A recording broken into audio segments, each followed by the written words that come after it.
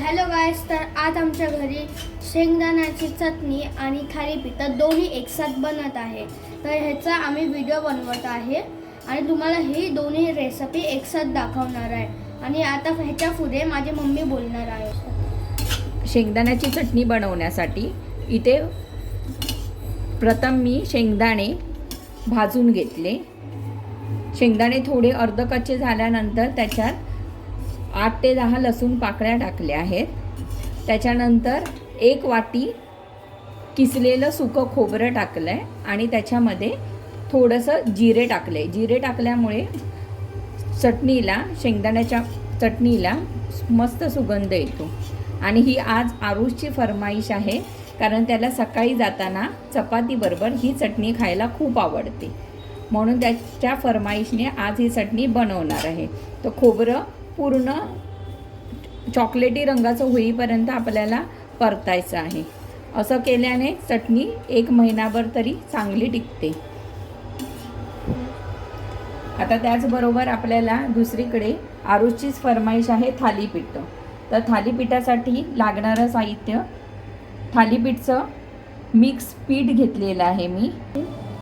त्याच्यामध्ये आलं लसूण पेस्ट आणि थोडासा टोमॅटो, तो पण मी बारीक मिक्सरला करून घेतला आहे. थोडीशी कोथिंबीर कापून टाकलेली आहे. आणि आरुष असाच आमचा कोबी खात नाही, त्याच्यासाठी मी दुसऱ्या एका पदार्थासाठी कोबी आणला होता, तो उरला होता. मग कोबी त्याच्या पोटात जावा म्हणून मी थोडासा कोबीसुद्धा कट करून घेतलेला आहे. असा कट करून घेतला तर मुलं आवडीने खातात. नुसती कोबीची भाजी केली तर मुलं खात नाही. तर त्याच्यामध्ये हे पदार्थ तर तुम्हाला दिसतातच आहेत. आता त्याच्यामध्ये आपल्याला टाकायचं आहे थोडीशी हळद, थोडीशी धनेपूड,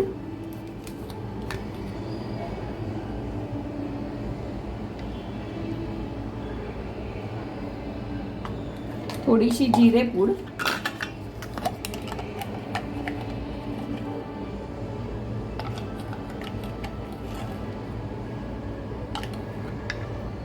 जिरेपूड जास्त टाका, मग चांगला स्मेल येतो.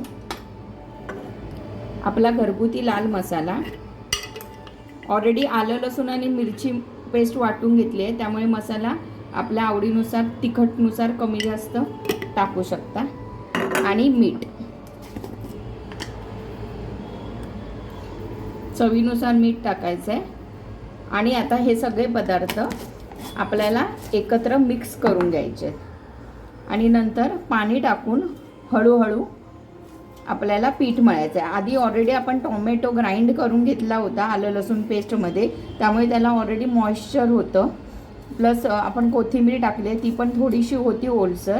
त्यामुळे पहिलं आधी हे सगळे एकत्र करून घ्या आणि नंतर मग नंतर बघून मग हळूहळू त्याच्यामध्ये पाणी टाक. हे बघा, आता आपलं थालीपीठचं पीठसुद्धा मळून झालेलं आहे. आणि दुसऱ्या साईडला आपलं चटणीसाठी खोबरंसुद्धा प्रॉपर भाजून झालेलं आहे. असा रंग येईपर्यंत परतायचं. आता हे परफेक्ट झालेलं आहे. आता गॅस बंद करायचा. आता बंद केल्यानंतर आपल्याला त्याच्यामध्ये हळद टाकायची थोडीशी आणि आपला घरचा लाल तिखट मसाला टाकायचा. तुम्ही सुक्या मिरच्या पण परतून घेऊ शकता जर तुमच्याकडे अवेलेबल असतील तर. आता माझ्याकडे लाल सुक्या मिरच्या नाही आहेत, म्हणून मी घरगुती लाल मसाला टाकते. हा आवडीनुसार करू शकता. आता आरुषला खायचे म्हणून मी थोडीशी कमी तिखट करते.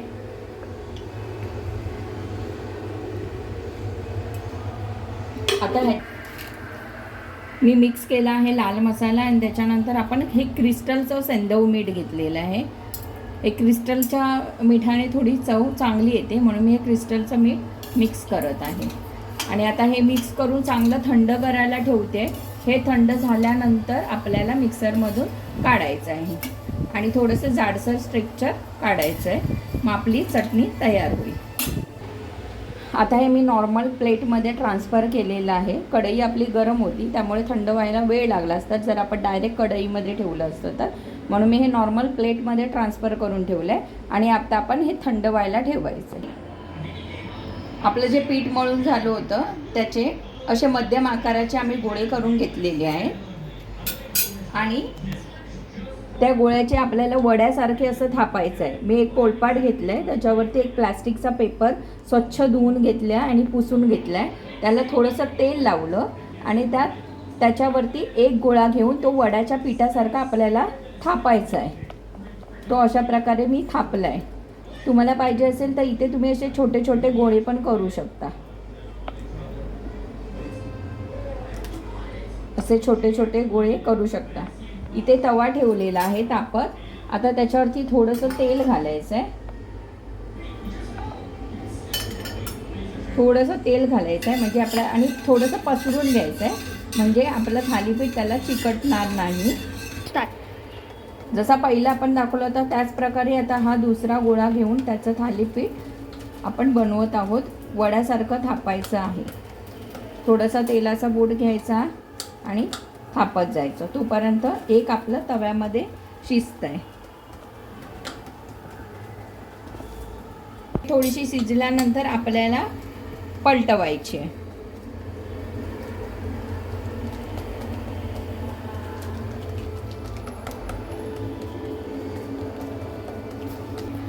दुसरं आपल्याला चांगला शिजवून घ्यायचा आहे. हा बघा चांगला शिजवून घ्यायचा आहे. मी पलटवला आहे. दुसऱ्या साईडने शिजतोय तोपर्यंत एक आपलं थापून इथे तयार आहे. हे बघा अशा प्रकारे आपल्याला हे भाजून झालेलं आहे. तर हे थालीपीठ आपण आता डिशमध्ये काढून घेऊया आणि दुसरं आपण टाकूया. आता आपलं हे मिश्रण थंड झालेलं आहे. तर हे आपण मिक्सरच्या भांड्यामध्ये काढून घेऊया. आपलं थालीपीठ शिजतंय तोपर्यंत आपली चटणी वाटून होईल म्हणजे ॲट अ टाईम आपली दोन्ही कामं होतील. मिक्सरमध्ये आपण असं ह्या कोर्समध्ये आपल्याला ग्राइंड करून घ्यायचं आहे. असं टेक्स्चर आपल्याला आलं पाहिजे, कोर्स टेक्स्चर. आपली चटणी रेडी आहे. ही थोडी तुम्हाला कमी लाल दिसते कारण की ही माझ्या मुलाला खायची आहे त्यामुळे मी कमी तिखट बनवली आहे. तुम्ही तुमच्या आवडीनुसार कमी जास्त लाल तिखट करू शकता.